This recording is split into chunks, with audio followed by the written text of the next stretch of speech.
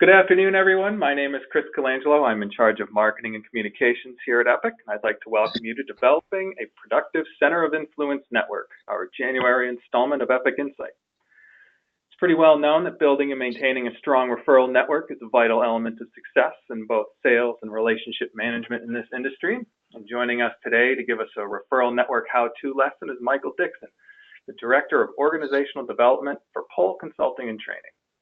Michael is a resource partner for Pole Consulting, where over the past 20 years, he's become adept at developing and managing client relationships, delivering integrated sales and service curricula, and providing merger and acquisition services, as well as valuation and examination oversight.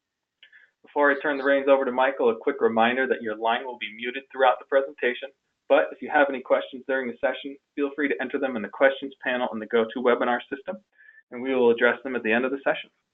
With that, I'll turn it over to Michael. Michael, take it away. Great. Thank you very much. I appreciate the opportunity to talk today, and I appreciate the chance to talk about an interesting topic. As we jump into this, we always have to keep in mind that we all know that leads are great and referrals are a little bit better, but introductions are what we really want. And that's when we talk about COIs, we're talking about introductions. We're talking about figuring out a way to make sure that we hear about things that are going on. We hear about those individuals. Now, just to be clear about definitions, when I talk about leads, I'm talking about a name and a phone number. I'm an old timer, so I think of the phone book was a whole book full of leads, but it didn't do me a lot of good. Referral was that name and phone number, but it came with a need and capacity description. An introduction is one step beyond that because it has the need and capacity, it's got the name and the phone number, but more importantly, the end user knows that I'm going to call, and they probably have been told that I'm a great partner for them. I'm somebody that can help them. So when we're talking about COI work, we're talking about building toward introductions, and that is the real goal here. I am struggling to get my presentation to move forward to the next slide. Can you help me out with that, Chris? I will see if I can get it brought up. Just a moment.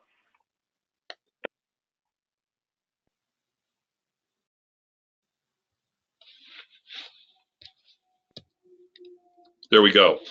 Sorry about that for that quick delay there. When we talk about this, we definitely want to keep focused on the details. What I want to go over today is who should we be cultivating? How should we be cultivating them? What are some of the traps we should try to avoid? And then finally, maybe if we've got some time, we'll talk about a couple of interesting new ideas that I have for things that we can do for our COIs. So making sure that we understand when we're talking about COIs, we're talking about referrals and introductions, we're talking about making sure we are talking to people who like and trust us, people that we think can help our clients, they think we can help their clients. This is exactly what we're trying to accomplish. We want to make sure that we understand that this is someone who works with, advises, serves, quite frankly, knows people in the business world, and they have a vested interest in our success. Now, that might be that they actually have a stake in our success because they're somehow a related entity. It might be they just like to be around successful people, and they want to know successful people, and they want to help us be more successful. And finally, I want to be very clear about this. It's got to be somebody that doesn't compete with us. Now, sometimes in the financial services world, we find somebody that does exactly the same thing we do in a slightly different client size. And they can sometimes be powerful COIs because they stumble across something that's a little too small for them. They can hand it off to us. But as a general rule, we want to stay away from people who are competitors in the classical sense, right? So just the real basics here. You got to keep in mind that COI referral is not a lot different than other parts of life. Patience pays off. You don't meet somebody and in 10 minutes have a warm, strong referral network relationship with them. It's very important to take the long view as you build these referral networks. It's also important that you be out and around and involved.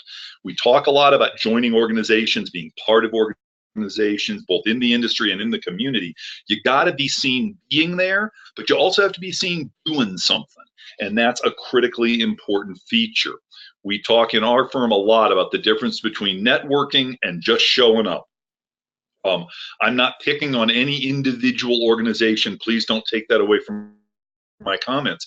But if you go to Rotary every week and you sit at the same table every week with the same 4 people every week, you're not networking. You're just going to lunch. You've got to be walking into any community event that you go to, be it an industry event or just a social activity in your town. You've got to go to that event with a clear idea. Hey, here are 3 people I want to try to get close to tonight. I want to get in front of them and see what I can learn about them, and have a very clear plan for all of your meetings. A lot of this means making proactive calls, setting appointments, building relationships, understanding what they want, and then expressing appreciation.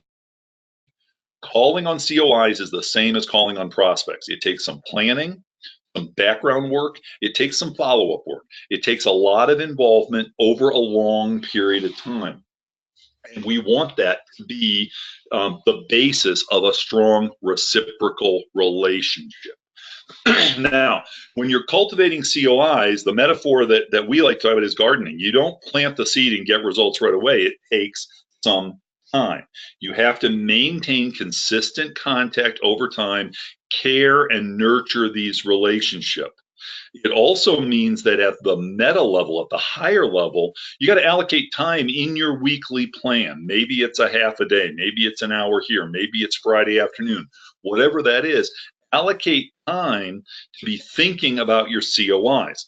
One of the things that I think you'll take away from what I have to say today is that COIs aren't an afterthought to the business. They should be a really consistent everyday thought to your existence. And to that end, we think you need to sit down and make that laundry list of who your referral sources are, and then segment them A and B. The A's, those are the people that you can count on. You know they'll make a referral to you. You know that they're out there looking for clients of theirs or people they know, and they're interested in handing off warm introduction referrals to you. The B list, they're just kind of out there and they probably know who you are, but they don't go out of their way to make that referral. And I want you to think about who's in which camp and how are you addressing the 2 different lists, and how are you thinking about them differently, and are you thinking about strategies to move your B's into A's? Now, clearly understand, if you've got a really large market area, you've got A's and B's, and then you've got other people who don't even know who you are, that might be a 3rd list you want to keep. And then for some of you, there's somebody else in the marketplace who's actually actively working against you. And you want to acknowledge who those people are as well and kind of understand. One thing you want to watch out for is don't make the assumption that because someone doesn't refer or someone doesn't refer regularly, that they're an enemy. They might just not be thinking about you, not know about you, not have a bucket to put you in. They're not sure who you are. So be very aware.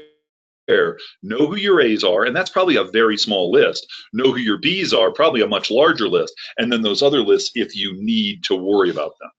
And then let's take a minute and think about who should you cultivate as your COIs, and we'll talk about that in just a second. This is just an idea to say, if you're going to make that A and B list, think about what am I doing to keep the A's A's? What am I doing to turn the B's into A's? So let's talk about who your COIs could be. Now, in my work in financial services, everybody likes to talk about attorneys and CPAs. I have my own opinions about both of them. They're both wonderful professions, but there are some downsides to relying too heavily on them. Are they good referral sources? Yes. When they call you with a deal, it's typically a really nice piece of business, and it typically comes together pretty quickly. That doesn't mean that they are the best referral sources, and it doesn't mean that they are the only referral sources. One of the things I like to caution people about is when you think about attorneys and CPAs, you're thinking about people who often aren't the best networked, the best connected in their communities. A lot of them are sole proprietors. A lot lot of them are kind of solitary individuals. They do a lot of solo work alone in their office or one-on-one work with their clients. They don't tend to be the big gregarious outgoing folk, especially the attorneys that we focus on in this business, in the real estate and wealth management spaces. We tend to run into people, I would say litigators might be a little different than that from a personality standpoint, right? But you want to think about, are they fitting in with you? Are they the kind of people who know a lot of people? You also run into the problem that they will sometimes feel or fear that referring to you creates conflicts of interest. I can speak at length about why it doesn't, but if they have it in their head that it does, then that's a problem, and we need to understand that. And that would put them in the B or the neutral category and certainly keep them out of the A category, right? Who might be better COI targets for us to be thinking about? I would urge you to think about people who are naturally connected and naturally influencers, people who like to share information, people who like to be known as information sharers. So to that end, I've got a list here. They might be people who write. Now, this PowerPoint was written a few years ago. It says newspapers. What about bloggers? What about people that are super connected on LinkedIn? What about people that attend a lot of events? People that are always out at events know a lot more people. People who are in office or have run for office. People that love to make speeches, people that are always volunteering to MC the chamber dinner, always willing to step up and serve in a volunteer capacity. People that want to make a difference in their communities. These are people that might be the ones that you want to be thinking of as referral sources. These are people who are strongly connected. They are officers and leaders in their organizations. They like to have their opinions put out there. There's a wide range of people who like to be connected, and there's a subset of those people who like to give advice. The word that comes to mind in my world is maven. A maven is somebody that loves to be the one that tells you where to have dinner, where to go on vacation, what hotel to stay at, all of that kind of stuff. Look for those kind of people who love to give advice, and then find a way to connect with them so that they can give advice that you're the right solution. That's critically valuable for you. Now, where do you typically find these people? I think this is an interesting list of ideas. People who run restaurants, people that are fundraisers, realtors tend to know a ton of people. They meet everybody that moves to town. This, of course, says journalists, but I'd write next to that bloggers, right? People that are super connected as United Way or Chamber of Commerce ambassadors. They've met a ton of people. The more people they know, even if the people they know are not your natural clientele, they're going to know people that are your natural clientele. And that's a truly powerful idea. There's probably an algebraic equation here, right?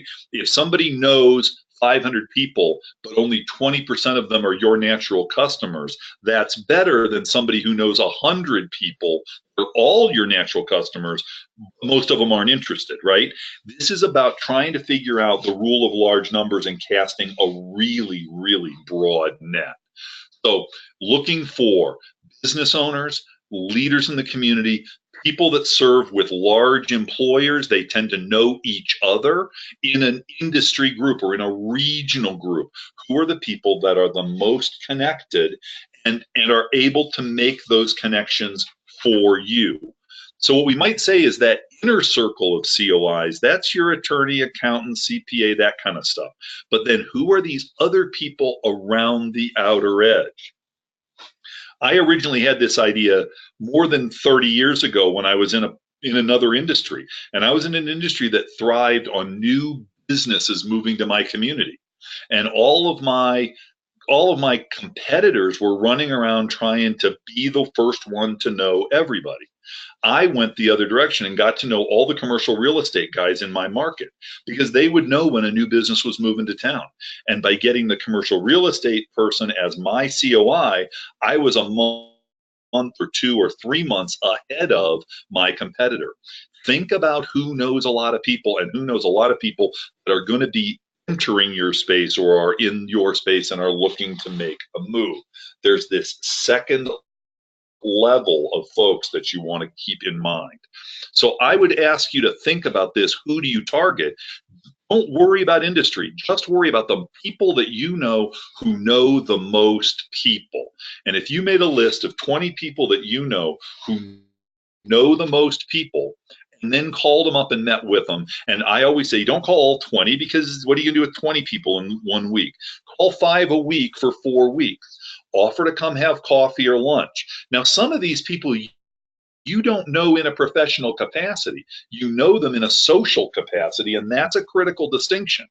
A lot of times my clients ask me, how do I turn this long-term social connection into a business connection? How do I bridge that gap? How do I make that change from, I know you in town, I know you through my kids' sports, I know you from church, I know you from some organization, turn it into a professional connection? I will tell you the single best way to do that: proactively call them and set an appointment.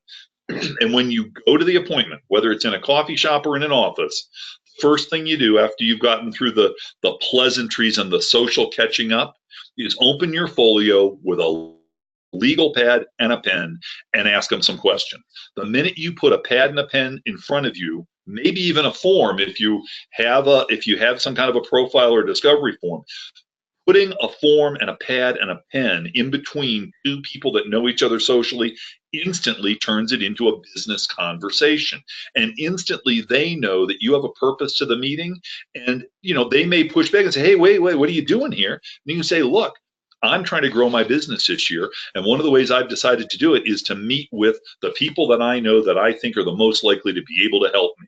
Would you be willing to give me 20 or 30 minutes to talk about how people might be able to help me with my business?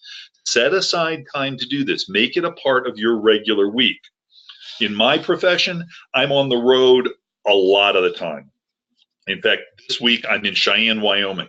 But any week that I'm at home all week, an office week for me, I have dedicated time set aside to talk to COIs. Sometimes they're local and I go meet them for coffee in my community. Sometimes they're industry professionals that I've set up phone call meetings, 30 minutes, 45 minutes, whatever.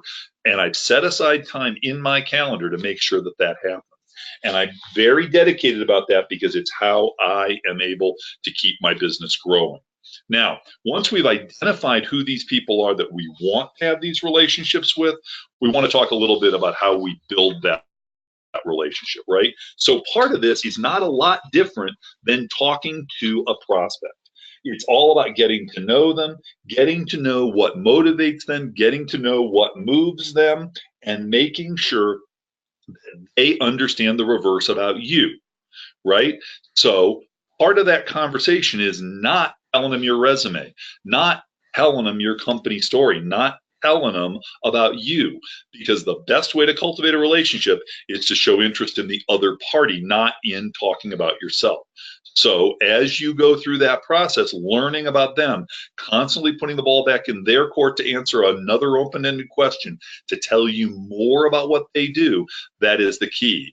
In the middle of this page, there's a little bit of jargon which I try to stay away from, but I just saw it here. EBA is an acronym in our firm that means emotional bank account. How do I connect with people? How do I become emotionally bonded to somebody? And I do that by having trust and empathy with them. I gain that trust and empathy by showing interest in them and talking to them and hearing about what they're up to, right? I will always tell you that a great way to get referrals is to give them. But in most business to business COI relationships, there is not a balance point. There's not a one-to-one balance point. However, understanding what you could do to help them is a great way to demonstrate to them that they should understand you and help you. As you are doing this, you have to be also proving to them that you are referable, that you are a quality professional who gets things done. You do that by proactively setting appointments and showing up on time. It sounds silly, but the number of times in my daily life that somebody is running late and misses an appointment or blows a call or shows up unprepared is shocking. And if your goal is to make the sale, and getting referrals is making a sale, you need to make sure that you show up. You need to be interested in the person you're talking to, learn about them, have a complete understanding of their business and why they should be making referrals to you. Obviously, there's a be friendly part of this. There's also a be professional part of it, which refers back to the showing up on time. There's always the fourth item here: do what you say you will do. If I say I'm going to follow up with an email, follow up with the email. If I say I'm going to track down a factoid, I track down that factoid, whatever it might be. I am absolutely maniacal about every time I talk to somebody, I say, now at the end of the meeting, I'll say, no, look, I'll be in touch with you in 60 days. Is that a good follow-up point? Or if I don't know what the time frame should be, I always make sure I ask, when should I follow up? It's really important. Once we've established when we're going to talk next, that goes in my calendar, and one way or another, I follow up with you on that date, because that proves that I'm professional. I do what I say I will do. I have a system and I follow it. A big part of this COI game is staying in touch.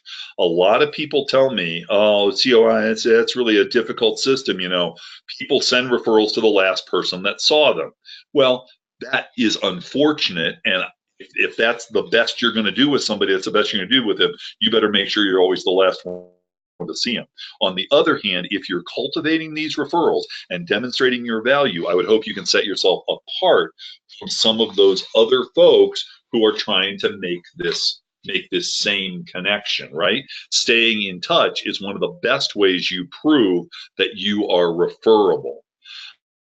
I'm going to tell you that in these initial discovery meetings with COIs, you want to show an interest in them, and you want to ask pretty serious questions. What do you do?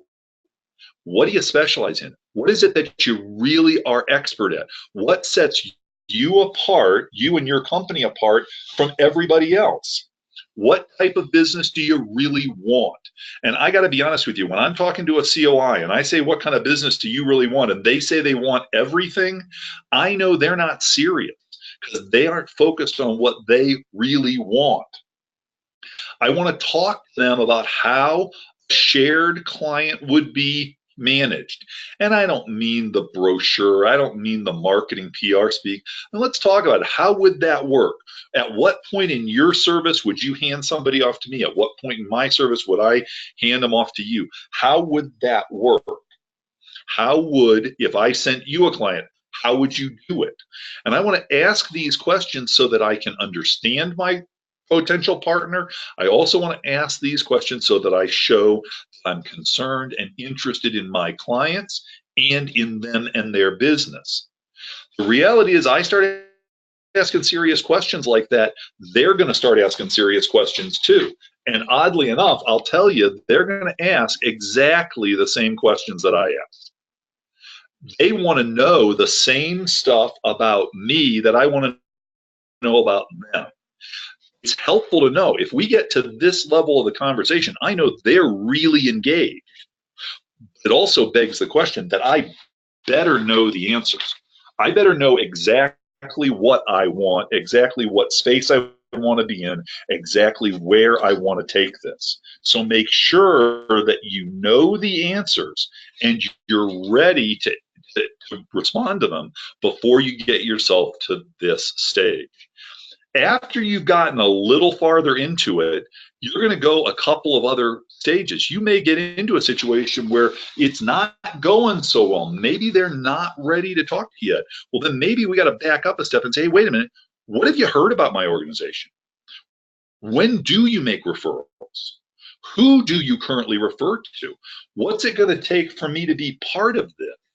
These are important questions. And at some point, there's a way for you to give your marketing pitch, your elevator pitch, but do it in short form, not in the seminar variety, but in the, I call it the did you know approach. Did you know we also do this? Did you know we're expert at that? Did you know we were in business before anybody else, or we were the first ones to do this, that, or the next thing? It's critically important that you're listening to the responses, you're cataloging the responses, you're keeping track of all of this, writing it down so that you're demonstrating that what's being talked about is important. This isn't just a way you fill out your call goal for the month. This is something you truly want to accomplish. Ultimately, at the point that you've gotten the relationship where you want it, you need to ask for the referral. These are a couple of ways you can ask. This isn't rocket science. My issue here is that way too often I see people rush to the asking for referrals before they've done the other things, before they've developed the rapport, developed the relationship, and made the connection. By doing this at the right point in the conversation, I think you're in a much better position to get an answer. And look, the answer might be, you're exactly the kind of person I want to refer to, and I'm going to send you everything. Or the answer might be, yeah, I can see that you're a competitor, and I'll send you someone I think you're the right personality fit. And then other people might say, no, I'm not going to refer to you because I don't like to do that. But I hope they would have told you that earlier than this, earlier in the process, and you would have kept them in that neutral category ahead of time, okay? Couple of things to watch out for and avoid, okay?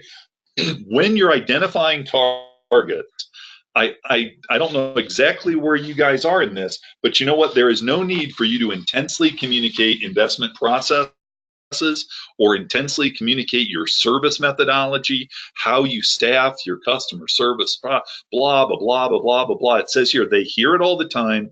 You sound like everybody else. It's a shame to say, and it's an old war horse, but they don't care about any of this stuff until they know that you care about them first. Additionally, I want to warn you against this over-reliance on socializing. There's a value to a golf game. There's a value to a dinner. There's a value to sitting together at the chamber, luncheon, whatever. There's a value to all of those things. But the socialization, absent serious business conversation, does not get it done. And I don't want you to get into this trap of thinking, well, I spent all this time with these folks, I know it's going to work, okay? There may be opportunities for you to pair people up, your network, their network, some other connections might be able to be made, but that don't lead with that, because the likelihood of that connection happening is tremendous when it does, but it doesn't happen often enough that you should be pitching it up front. And I also warn you against becoming a client of any of these entities. It puts you in a real bind because it opens up other conflicts. It gets them revenue, but it may not generate the kind of partnership you're looking for. These are all things that if they happen organically because they're a good fit, tremendous, but they shouldn't be the first stop, all right? I mentioned earlier about A's and B's. I mentioned earlier about neutrals, people that just aren't out there. If they're neutral, if they're not referring to you, you got to go meet them, figure out whether they're friends or foes. Think about that as a part of your ongoing process. Think about that as a way to fill out some of this time that I would suggest you should be dedicating, right? When you're working the A or B list, you want to work on all of those elements as well. Finally, I would tell you, you want to make sure that you're tracking your COIs. This is a trap. It's the reverse of a trap. When you don't track your referrals, that is a trap. You want to make sure that as early on in the sales process, as soon as you are into presentation mode, you want to make sure that you are tracking that deal in your pipeline system with the referral source, with the COI connected to it. Because in the long run, at the end of the quarter or the year, you want to be able to take a list and say, where did I really get my deal? And yeah, you'll remember one or two COIs referred to you and one or two deals that you touched, but you won't remember it in a comprehensive statistical manner. And I urge you to do that. And then I urge you to take that list from your pipeline, from your closed deals, and take that and marry it back up to that A and B list you made at the beginning and see if it squares. You have people on there that are A's that you can't find a real deal you've seen from them this year. They're not A's, man. Or do you have people on there that are B's that it turns out they've sent you quite a few deals? Maybe that's something you need to take a little bit of attention on and look at and make sure that you're you're in the space on that. The last thing I want to mention is something that happens to us in the COI world, which is that we get referrals. And I get a referral and I call and I say thank you. And then I make the call and I call and tell them something about the call. And then I get to presentation and I call and tell them I've made a presentation. And I feel like I'm talking to that COI more and more often, but I'm not talking to the COI about themselves. I'm talking to them about that third deal. So I want to tell you that one of the things that you should think about for your A list is having an annual, serious, professional business meeting where you sit down and go through what I would call an annual strategic partner meeting. You're one of my top referrers. I want to spend time with you. Let's sit down. Let's have an agenda. Let's make sure that agenda highlights things that are important to the referral connection, and make sure it addresses strengths and weaknesses that are going on. Maybe there are changes in your organization that have been hiccups. Maybe there's new products you brought out. Maybe there's other things you want to do, but then let's make a plan for how we're going to work together for next year. And that's really important. This list right here is stuff that you might want to add. You would never talk about all of this in one strategic planning meeting, but maybe a strategic partner conversation that included many of these items would be a useful thing to do with that handful of deals, handful of referral sources that are your A's.